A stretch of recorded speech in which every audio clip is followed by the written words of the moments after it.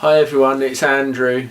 Today I'm going to be talking about Formula One and what I would do to change it or to improve it.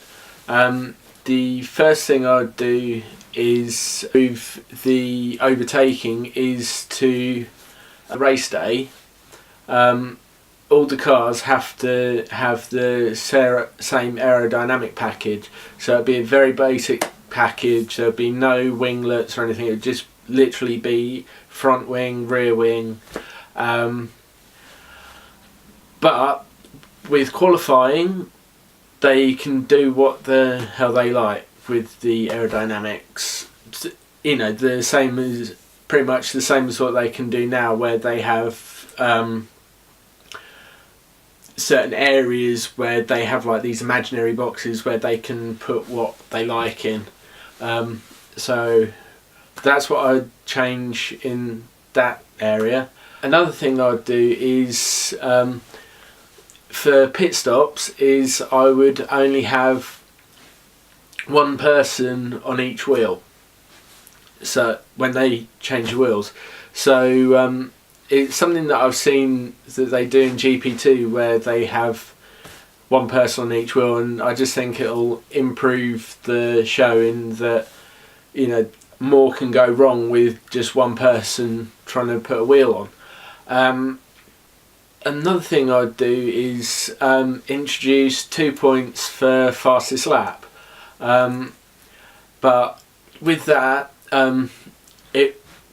the only people that be able to qualify for that 2 points are anyone that finishes in the points, in the racing points, and that's just purely because there other racing series do have points for fastest lap, but there was incident in last season's Formula E last race where the two guys fighting for the championship, they both, you know, damaged their first two cars, so they had to go into the pits to get their other car, but they were still allowed to race for fastest lap, and that affected the championship, which I thought was really unfair. They just went out when there was a clear bit of track to try and get the fastest lap, which, you know, doesn't seem very fair or fun. So so I would introduce fastest lap points.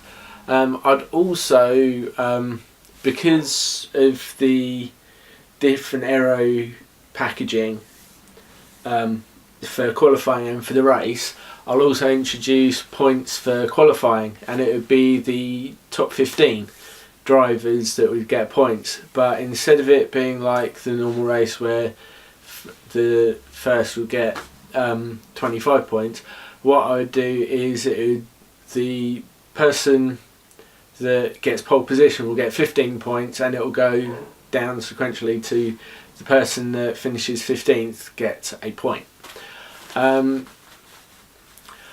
So yeah, also I would also introduce that none of the racing drivers are allowed to drive the cars on a Friday. That's also something that I get really annoyed about when, because in GP2 and GP3, once you've won that formula, that series, you have to leave it. You can't stay on for another season.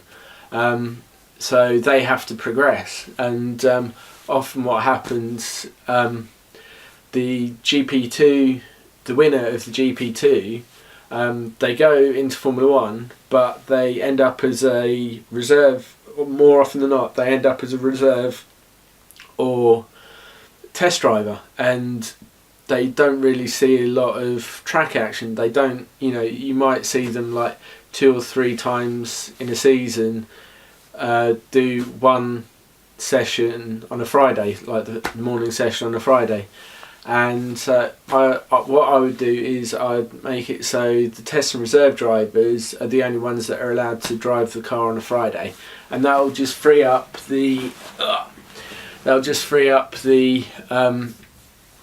the main racing drivers to be able to do more media on a Friday. They'll be able to watch the data coming in when the cars are out on track, so they can, see what the car's doing in certain situations, and they can also be on the radio to help the test and reserve drivers understand the car and things like that.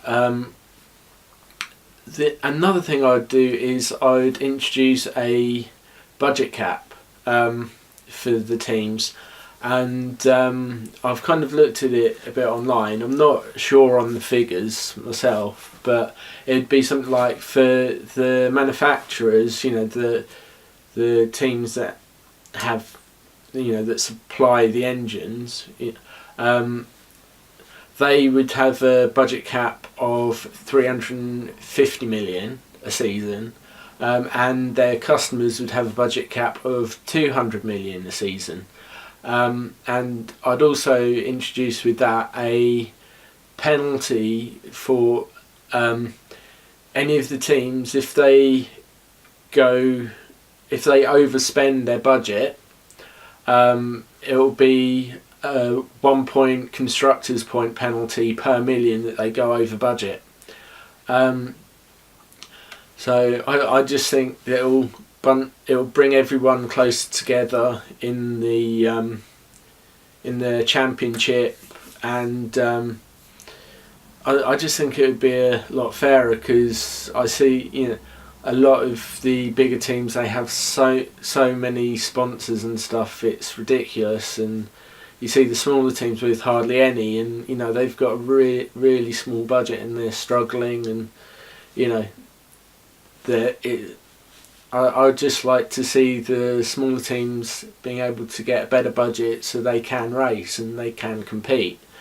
And also with that, I would like to see some more manufacturers in Formula 1 as well. So what I'd also introduce is each manufacturer can only have 2 custom teams, and that is just to bring it, because all they have at the moment is 4 engine manufacturers, I think it is.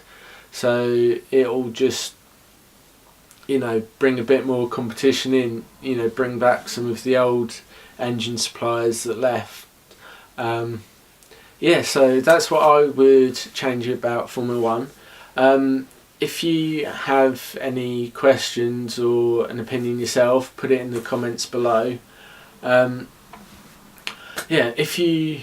If you like what you see, share it with your friends. Also subscribe to my channel, and also if you want to know when I've got another video coming out, just click on the bell and you'll be notified every time I post a video. Thank you very much. See you guys soon. Bye.